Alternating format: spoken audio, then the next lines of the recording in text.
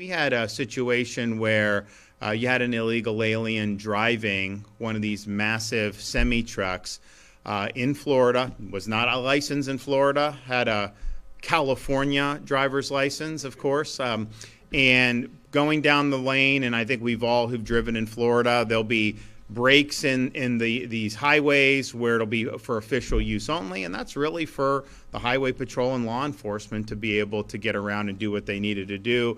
Well, this guy thought that he should just try to turn a semi-truck around in that, and of course that doesn't happen on a dime, so you had a car coming, run into it, and it ended up killing 3 people, all from Florida, and that should have never happened. He should have never been here. He certainly shouldn't have gotten a commercial driver's license from California. And, you know, it's disturbing, too, because if you look, we have video of this. We have photos of this. And he seemed to not like, I mean, it was almost like, you know, he's walking down the sidewalk, maybe stubbed his toe, just kind of like, it was like it didn't register to him, you know, what had happened. And I'm like, that is really, really cold. But it raises these issues of, in Florida, what we've said is, we're not giving licenses if you're here illegally. We're not giving ID cards. In fact, you can't even do like these NGOs want to issue. We don't allow that. We don't recognize California driver's licenses. And so we're creating a situation where following the law is the right thing to do and violating the law is the wrong thing to do. Now, California, they do it differently.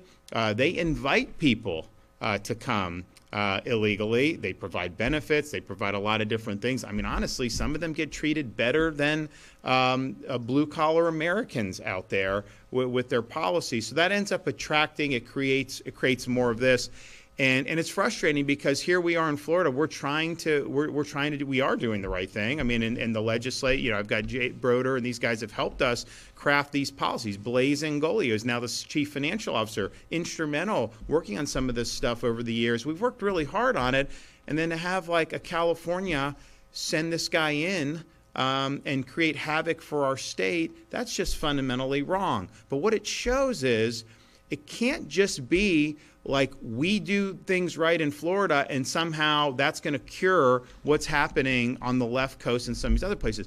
Ultimately, Congress has the power of the purse. They do not need to fund you if you're a sanctuary state. They can remove funding from sanctuary cities. So stop subsidizing this. You know, you have people that are in Congress that are complaining about what happened. And while I appreciate the sympathy, it's like you guys have the power of the purse. You can discipline these states that don't follow the law and incentivize law breaking. You know, you could do that very quickly.